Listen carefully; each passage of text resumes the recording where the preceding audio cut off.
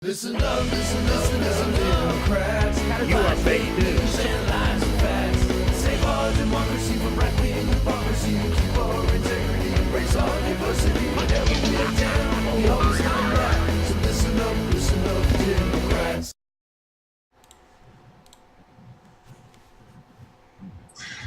Hello, welcome to Progressive Oregon, a weekly engagement broadcast on progressive issues in Oregon. My name is Larry Taylor, and I'm with my co-host today, Betsy Cunningham. If you would like to give us questions, you can go to the chat window and the Uphill Media channel on YouTube, type them in, and Betsy will relay them to us, and we will do our best to answer them. On our schedule today, we will be talking about what's been happening around Oregon. Most of the show will be talking about national popular vote and what has happened recently about that in Oregon, and then upcoming events. So Oregon is gearing up for the Bernie Sanders campaign launch on April 27th. There's parties there's over 4,000 parties scheduled so far across the United States, and a number of them are here in Oregon. If you would like to attend one of them or host one yourself, go to berniesanders.com, which is the campaign website, and you can either find a event near you, or you can volunteer to host your own. He's going to be speaking, and it's going to be an amazing event. Going to the next slide, the Bernie Sanders campaign is cranking up and is almost in full force here in Oregon. We have organizers from across the state planning events, distributing literature. We have people designing and selling T-shirts and bumper stickers. And of course, the big group in Portland, Bernie PDX, is going to hold their organizing meeting simultaneously with the campaign kickoff at the Stingray Cafe in Portland on April 27th. So if you're in the Portland metro area, by all means, go by, meet the gang, and start helping us get events going in Portland. The next slide shows us where we are at. We have over 55 leaders heading up events in Oregon so far. This is the distribution of the leadership across the state. Lots of people in Lane County, which was hugely supportive of Bernie Sanders in 2016. Multnomah, Lynn and Benton County, Jackson County, and Washington County are all gearing up on events. And then we have others across the state that are just starting out. But we're finding that even just the simple Bernie Brew gatherings are attracting large audiences of people who want to get involved and elect Bernie Sanders. This is just a sample of the upcoming events. There's going to be an organizing meeting at Theo's Cafe on May 8th at 6 p.m. So if you're in the Eugene area, by all means, go there. As I mentioned earlier, the campaign kickoff at the Stingray Cafe in Portland will be on April 27th, starting at 1 o'clock. The big event coming up that we're planning for is Bernie Stock. This is a repeat of the big concert from 2016 in Monteith Park in Albany. So mark September 8th on your calendar. It is also Bernie Sanders' birthday, so it's going to be huge. There's a number of events happening on Monday because Bernie's going to be on Fox News. And so if you're on Facebook, you can probably find a Bernie group near you and an event to go to. There's one at the Pizza Hut in Lebanon, and there's one at Paddington's Pizza in Salem. There's also a campaign kickoff event at the Downward Dog in Corvallis, and Brewing for Bernie in Corvallis happens every Friday between 4 and 6. So that's just a sample of what's going on. If you want to see a complete list of events, go to OregonForBernie.org, and we will try and keep that as up to date as possible. If you would like to receive notices of events, you can go to OregonForBernie.org and register. And when you register, we will be sending out videos and notifications of events coming up. And certainly when Bernie announces his trip to Oregon, we will get that out there and how to participate. If you would like to get more involved, you can go to the contacts page on OregonForBernie.org. If you have an event, you can click on the button where share your event. And if you put your details in there, what's happening, we will get that on the website. So all the Facebook people who do not use Facebook can find out about what's going on. And then if you would like to step it up and be an organizer in your community and work with the other organizers across the state, lots of really great ideas are surfacing and can be replicated in your community, so it's not a heavy lift. So just click on Be an Organizer and we will get you connected with all the people that are working on this across the state. So the big topic today is the national popular vote, and I'm going to back into this sort of from the 40,000 foot level, because there's some background material about what is how the vote in the legislature turned out the way it did. It's pretty much split on party lines, and there's a philosophical difference that's driving that we'll talk about, and then we're going to talk about what it is so that everyone has a common understanding of what the national popular vote interstate compact really is. We're going to talk about some of the myths that are circulating about this. And then we're going to talk about what happened in Oregon last week, and then what's going to happen between now and when the bill's finally passed. So going back to the 40,000 foot level, there's this debate going on about, are we a democracy or are we a republic? And interestingly, it's not actually rooted in their names, but the Democrats seem to be pro-democracy and the Republicans seem to be into a representative form of government, and this is very beneficial to them. And you can tell from their strategies why they like it so much. There was a New York Times article from April 7th that talks about the political fight in Lansing, Michigan, where the two groups are fighting over how American values are portrayed in the school curriculum. So the Republicans want us defined as a republic, and the Democrats want us defined as a democracy. The Republican strategy, as we've seen play out over the last 20 years, is to implement voter suppression, eliminate voting rights laws, and perpetuate gerrymandering to transfer power to the representatives who make decisions for the remaining electorate. So this is their version of representative government. Eliminate anyone who disagrees with them from being able to vote, and then forging ahead with their agenda. Democrats, on the other hand, in general, are fighting to eliminate gerrymandering. They want to equalize the districts so that political parties don't have an advantage. They are into registering people to vote, and they are doing their best to defend voting rights laws. So what is the National Popular Vote Compact? It is an agreement among a group of U.S. states and the District of Columbia to award all their electoral votes to whichever presidential candidate wins the overall popular vote in the 50 states and the District of Columbia. The compact is designed to ensure that the candidate who receives the most votes nationwide is elected president, and it would come into effect only when it would guarantee that outcome. So when we hit enough electoral votes that a majority would select the president, that's when the compact would go into effect. And the next slide, it talks about why the current system is not working. In the most populous state, which is California, the electoral clout is 16% smaller than a purely proportional allocation would produce, where in the least populated states, like the Dakotas, which have 3 electors, they hold 143% greater impact per elector than if it was just proportionally allocated. The National Popular Vote Interstate Compact would give equal weight to each voter's ballot, regardless of what state they lived in. Others, however,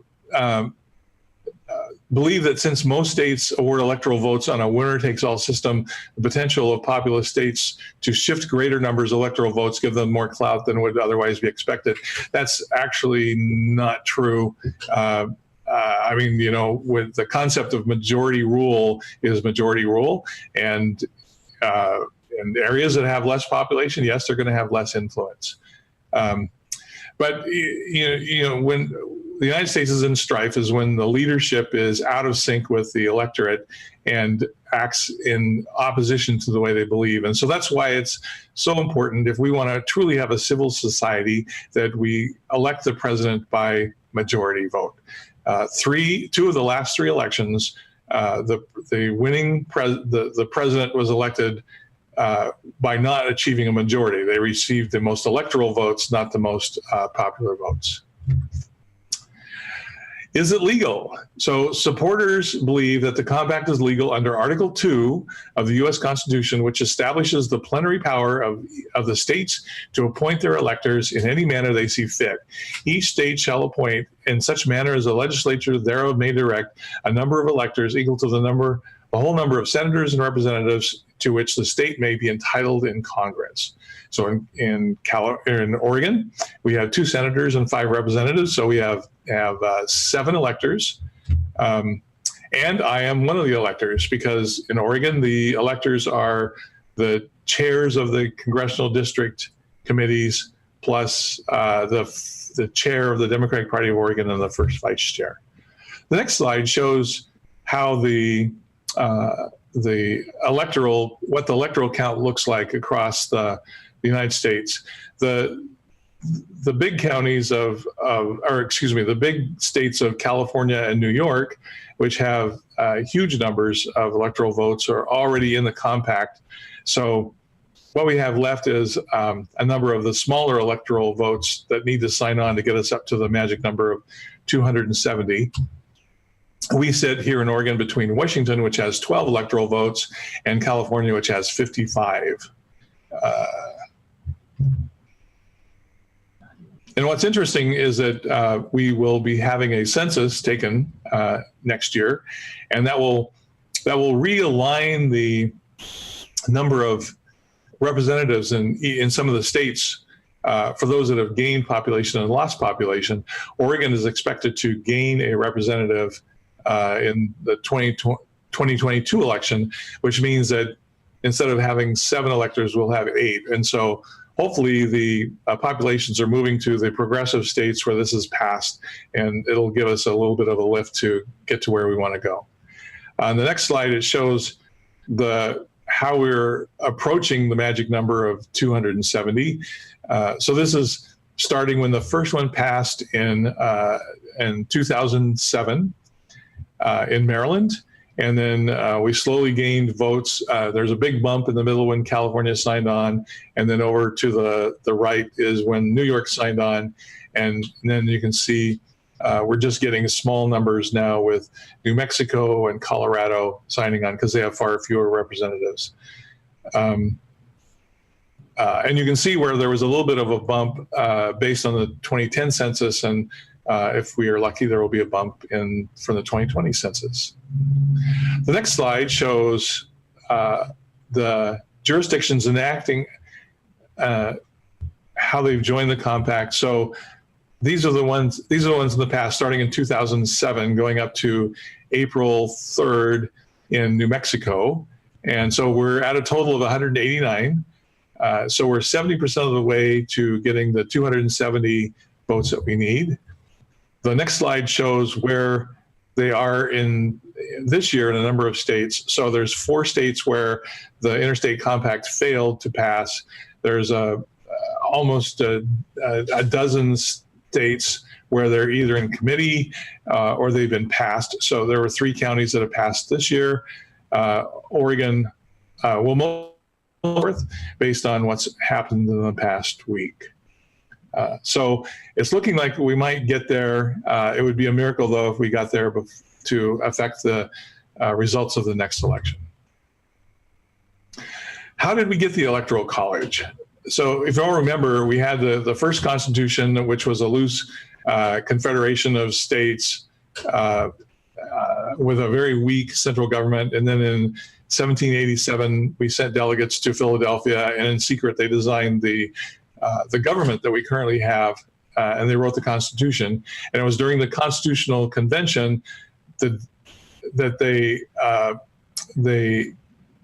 decided that they didn't trust the passions of the people, and they particularly distrusted the ability of the average voter to choose a president in a national election. And so they came up with a system of electors who started out being independent. And so the result of their decision was the Electoral College. They gave each state a number of electors based on their members of Congress. And then on a date set by Congress, the state legislators would choose a set of electors who would later convene in their respective state capitals to cast their vote for president. This was also done before the party system evolved. The founding fathers hated political parties. George Washington in particular hated them, and he hoped that they wouldn't arise. But as often happens, as soon as the Congress started meeting, they divided into two camps, and they've been fighting ever since. A couple of myths I wanted to address about the national or popular vote. The first myth is that the electors filter the passions of the people. So electors no longer work as independent agents, so they're not these pure entities that go to their state capitals and cast their votes for president every 4 years. They're chosen by their party loyalty and by their party conventions or party leaders, which this was a quote from a Time magazine article. In many states, like in Oregon, the electors are bound by law to cast their votes for who won the election in the state. So I'm bound to vote for whoever the state of Oregon ends up voting for in 2020 when I cast my ballot as elector, assuming I'm still an elector at that point in time. The second myth is that rural areas would get ignored. Data from the 2016 campaign indicated that 53% of the campaign events for Trump, Hillary, Mike Pence, and Tim Kaine in the 2 months before the November election were in only 4 states: Florida, Pennsylvania, North Carolina, and Ohio. And during that time, 87% of the campaign visits by the 4 candidates were in 12 battleground states, and none of the 4 candidates ever went to 27 states, which includes almost all of rural America. And we saw that play out here in Oregon. You know, before the primary happened, Bernie was the exception to the rule of going back as far as I can remember. I can remember Geraldine Ferraro coming here once, who ran for vice president. I cannot remember a president coming to Oregon. Maybe it was because I was unaware, but it wasn't until Bernie Sanders really went out for the popular vote and engaging with the people that we saw someone make a significant presence. He was in Oregon at least 4 times. He had 2 events at the Moda Center. He had one in Salem. He had an event in Eugene. On the same day as his event in Salem, Hillary blew into town for about 4 hours. And what she did was she went to a wealthy donor's house and collected money and then climbed on a jet and left town. She did not meet with the public in any kind of public appearance. And that has been the case here in Oregon. And so and that is with the electoral system. So at the very worst case is that nothing would change. Hopefully, when we go to a popular vote system, people will be after everyone's vote and not just the battleground states.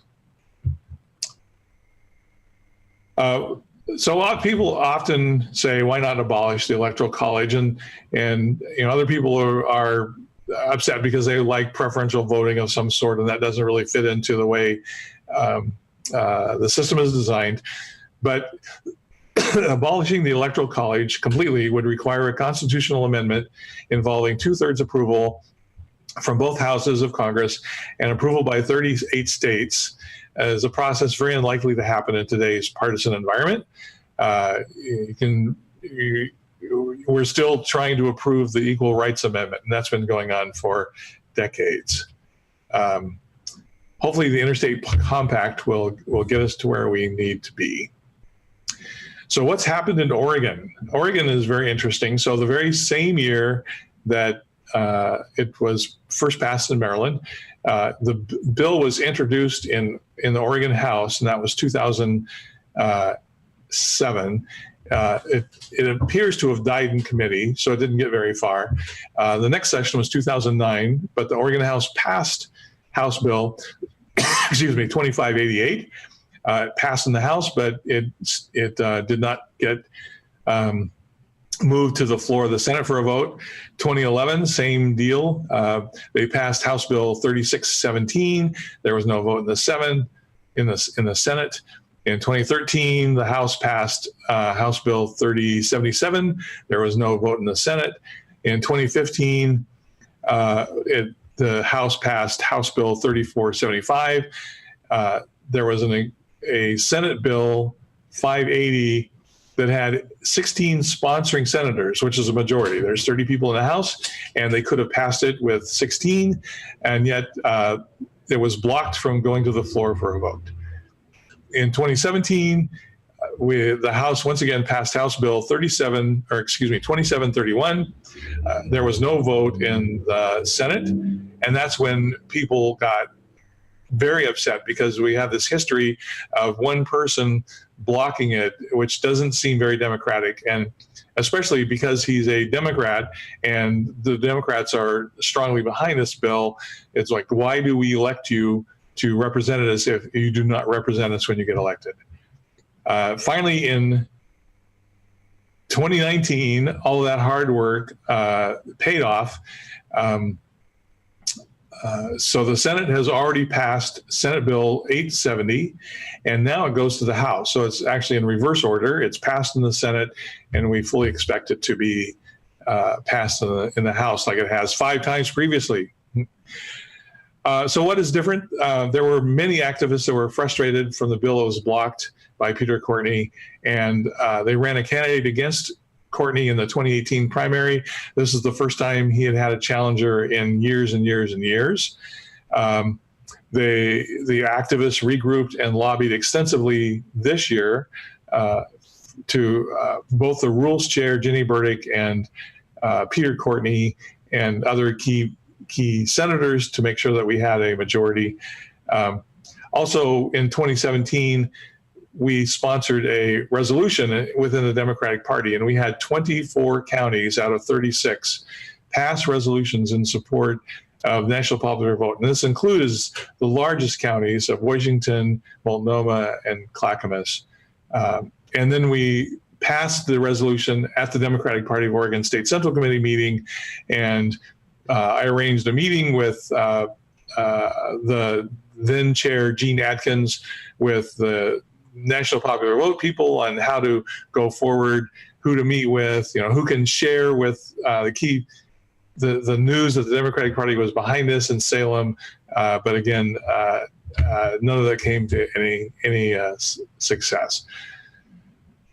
But now we have a different story. We've had the Senate Bill 870 pass, and so you should remember these names because these are the heroes that made it happen. The chief sponsors of this were Senators Michael Dembrow, Boquist, and Shemia Fagan, and also signed on to the Senate bill were Representatives Brian Clem,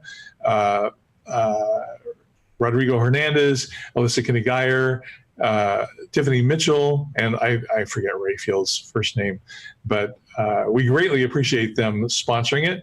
There were also a number of regular sponsors, and this shows the strength that it had across the both houses of Oregon's legislature. Regular sponsors include Sarah Gelser, Jeff Golden, Mark Haas, Charles Manning, Floyd Prozansky, Chuck Riley, forget Roblin's first name, Steiner Hayward, Kathleen Taylor, and Rob Wagner. And representatives include Alonzo Leon, Barker, Bynum, Evans, Fahey, Gomberg, Greenlake, Helm, Holvey, Marsh, McLean, Neuron, Noss, Peluso, Power, Prusak, Reardon, Sanchez, Scouten, Solomon, Wild, and Williamson. So if any of these people are your representatives in either the Senate or the House, please thank them for their support. It's always great to thank them when they do the right thing. The Senate passed it on April 9th, and there were a lot of people frustrated by the press coverage, which seemed to focus on a weird side issue rather than the actual news that this passed in the Senate. There was Senator Dennis Lithicum from Klamath Falls, and his comment on the floor was that the 3/5 compromise was intended to limit the power of slave states rather than bolster it. This is one of the conservative myths that is rolling around out there, and he made these in response to comments that several of the other senators had made about the disastrous 3/5 compromise. If you don't know what that is, they agreed to count African Americans as 3/5 of a person instead of a full person in 1787, and this was to actually limit the power of the southern states, because if they counted African Americans as a full one vote, they would end up with more representatives in Congress. And Professor Kotler of Willamette University stated that these theories come from the pro-Confederate versions of history that are inaccurate. Anyone who studied the discussion in 1787 knows that this is true. It's just a little bit shocking to have a representative in this state, and it shows how we're not as blue as we think we are. The next slide shows a picture of Dennis Lithicum, which is just classic. He's not wearing a flag as a pin. He's got an American flag stuck in the lapel of his brown suit. He's scowling. This picture conveys so much. It's just amazing to see, and I don't know how they were able to get it, but it really encapsulates the anger and nastiness of what he was saying. What's his supervillain name? Lithicum. He's got to be something. That's totally a supervillain look. He needs an outfit. It is. It's almost a cartoon. Yeah. Including the hair. Anyway. Thank you, Klamath Falls, for the great representative you sent to Oregon legislature. These are the votes in the Senate, and it's probably difficult to see. The red are Republicans and the blue are Democrats. The vote was yes 17, no 12. It was passed with bipartisan support, so several Republicans voted for the bill, but most of the Republicans voted against it. And unfortunately, there are three names that voted against it that really stand out. Peter Courtney voted against it. Ginny Burdick, the chair of the Rules Committee, voted against it. And Betsy Johnson, my senator, also voted against it. I've heard their reasons, and it's just corkscrew logic to my sensibilities. But the good news is that a majority voted for it, and it has finally passed the Oregon Senate. So what happens next? The bill has gone to the Oregon House, and this is, again, like I said, it has passed 5 times previously, and the first hearing of the House Rules Committee was on April 10th, just last week. At some point in the next few weeks, it'll come to the floor of the Oregon House, and we expect it to pass, and then we expect the governor to sign it. Next slide. We can't thank enough of the people who have spent so much time over the last couple of years working on this issue. Eileen Reevy, in particular, has led the effort, and the group of people that have been making trips to Salem and talking with legislators and attending town halls and keep asking the questions and why they don't do the right thing. And it's through their work that this actually happened. And it's unfortunate that we have to do that.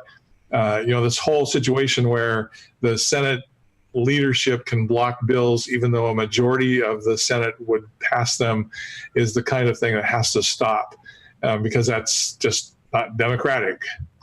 Sorry for my Boy Scout values.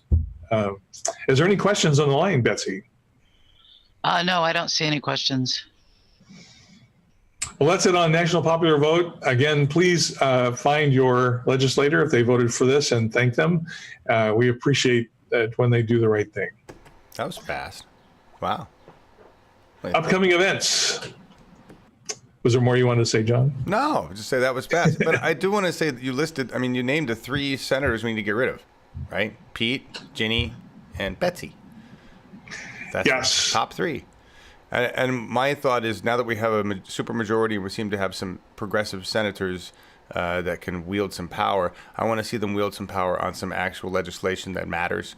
I know this is like great and stuff, but it's not going to matter for 2020. So I'd like to see them wield their power against the evil 3, you know, on more stuff. Do you think that'll happen?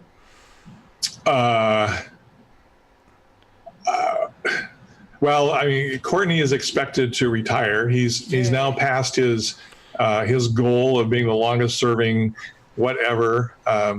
And he, really at some point you have to stop. So he's not expected to run for election again. And it's possible that he might even resign after the session ends. He's not had a pleasant time this year. He's got a lot of criticism for the way he handled the sexual harassment issue in the state capitol. And the more we hear about what goes on in Salem, it just sounds like Yes. It does. I don't know a polite term for what goes on down there. Doesn't sound good. Definitely doesn't sound good. Ginny Burdick is coming up for election. The tough thing with her and Betsy Johnson is that no one will run against them because they think it's a thankless task, and they especially don't want to piss off someone in the leadership because they have control over the funding of the leadership PACs, and it gets very incestuous. And so it's going to take someone who doesn't give a rip, like Joyce Judy, who ran against Peter Courtney, to get in there and they might win.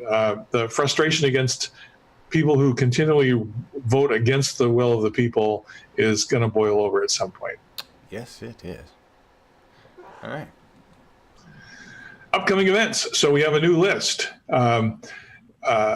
April 27th is the Sanders campaign kickoff events that I talked about earlier.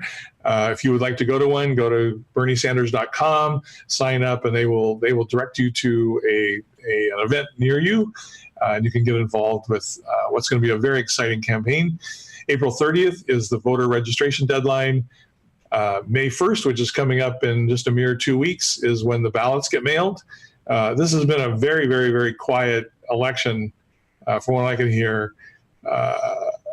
This is sort of the stealth election. It's the special local district election that happens in the odd years. A lot of school boards, health districts. Here in Clatsop County, we have the Port of Astoria. Again, a lot of positions have only one candidate, and so there's not a lot of choice on the ballot.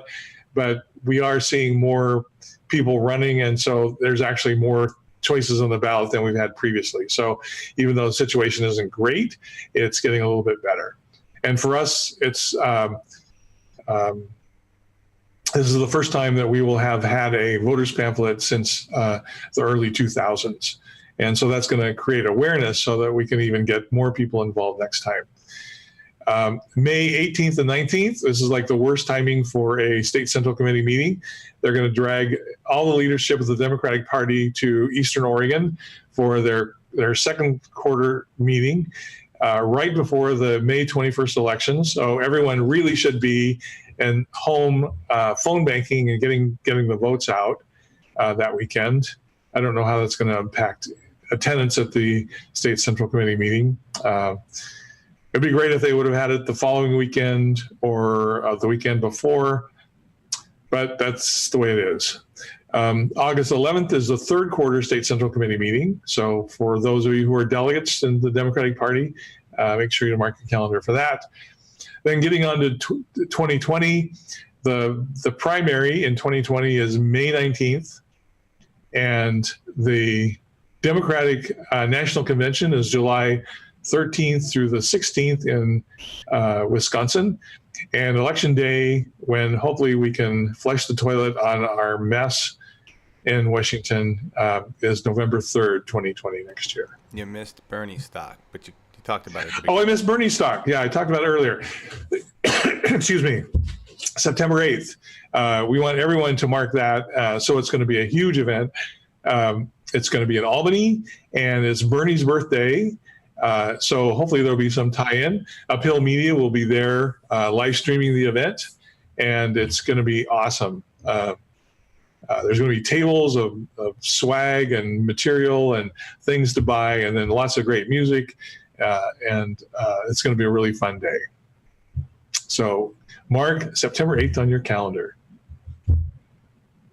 Any final questions on the line, Betsy?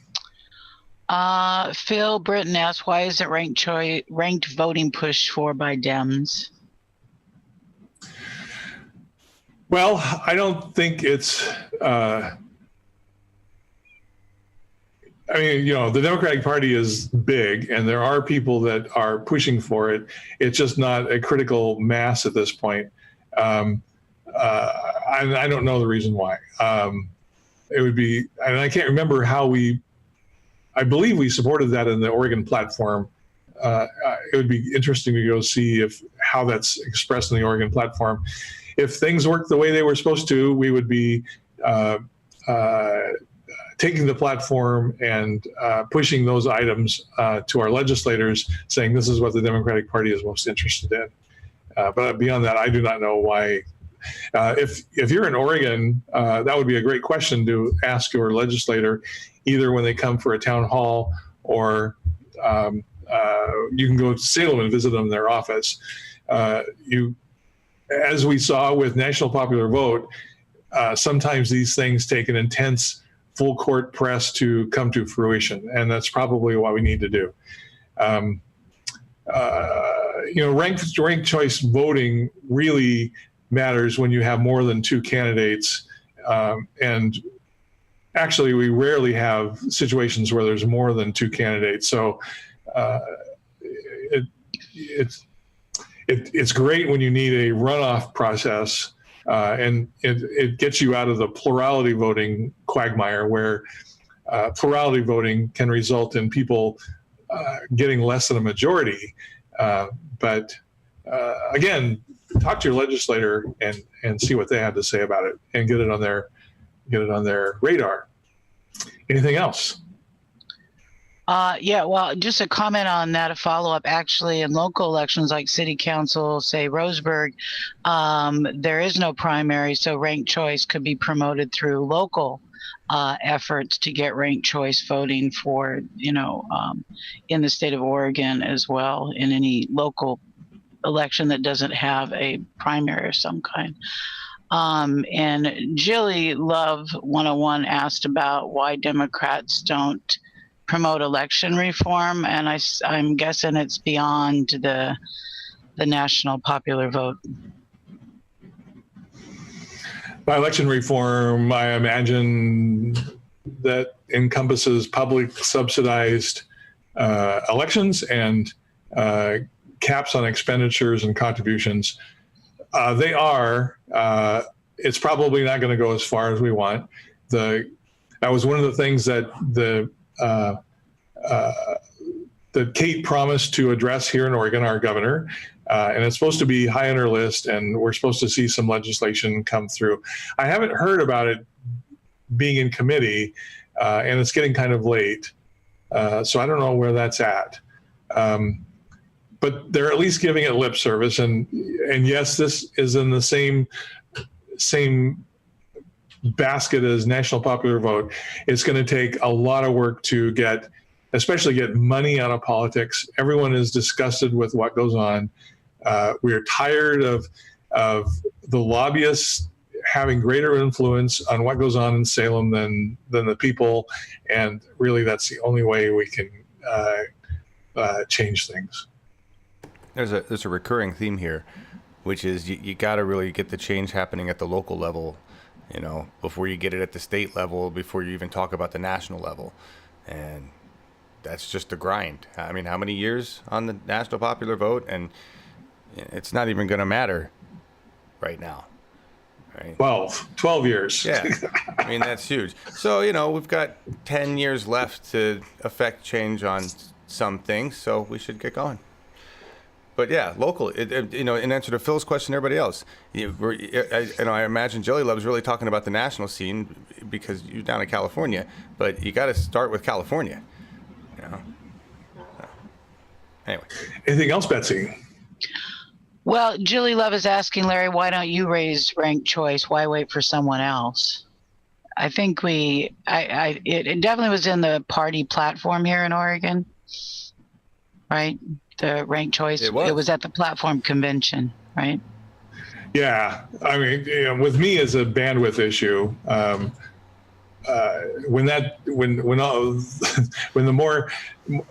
when things like campaign finance are addressed, they're more important, and that ends up being the number one issue. Then it's got to be a system that majority rules. So, and as I said earlier, that does occur occasionally, but it's actually pretty rare when you get multiple candidates running for an office, and you don't get someone ending up with a majority.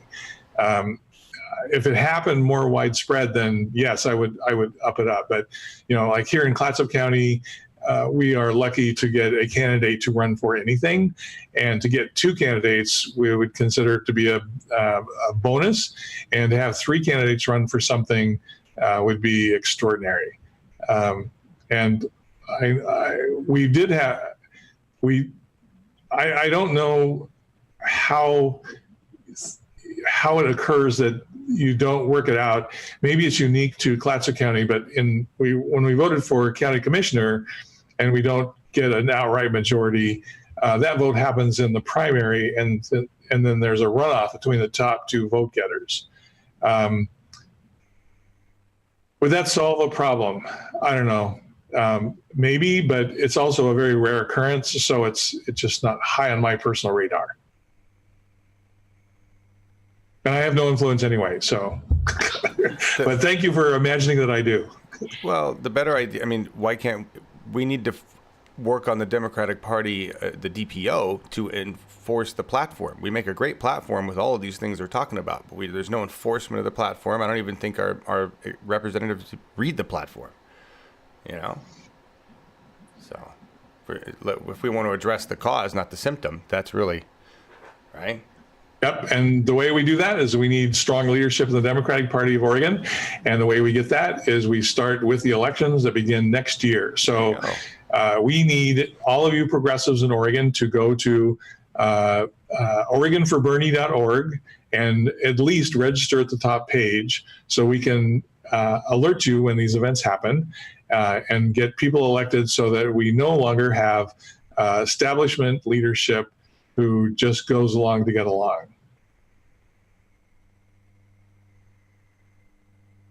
Anything else, Betsy? No. Well, thank you all for joining us today. If the previous, I think it's the previous slide, if you want to receive notices of shows, go to advancementofdemocracy.org and click on the button that says receive notifications.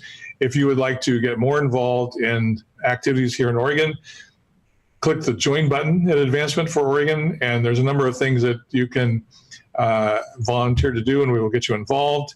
And most importantly, we just did our tax filings for the Uphill Media Empire, and we need some money.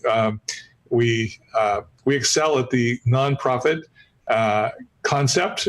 We made no profit, and we actually do need to make some money because it costs money to do things like the live stream broadcast and of Bernie stock and everything else that we want to do. So there are some costs involved, and if everyone would just kick in $5 or $10 once in a great while, the cost of a macchiato, latte, whatever, and just send it our way.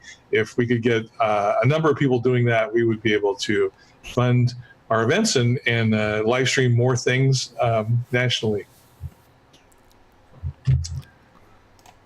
That's it for our show today. Thank you all for joining us. All right. Thank you for hitting them up for money. Appreciate it. To all of you who already donate, and you know who you are, thank you.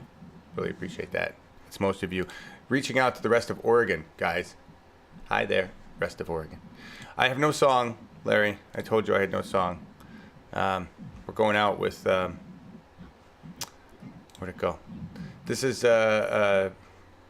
basically a truck spreading homosexuality down the street. I thought with the recent homophobe stuff going on with Pence and Buttigieg, let's just spread a little homosexual. Somebody needs to take this truck and send it off to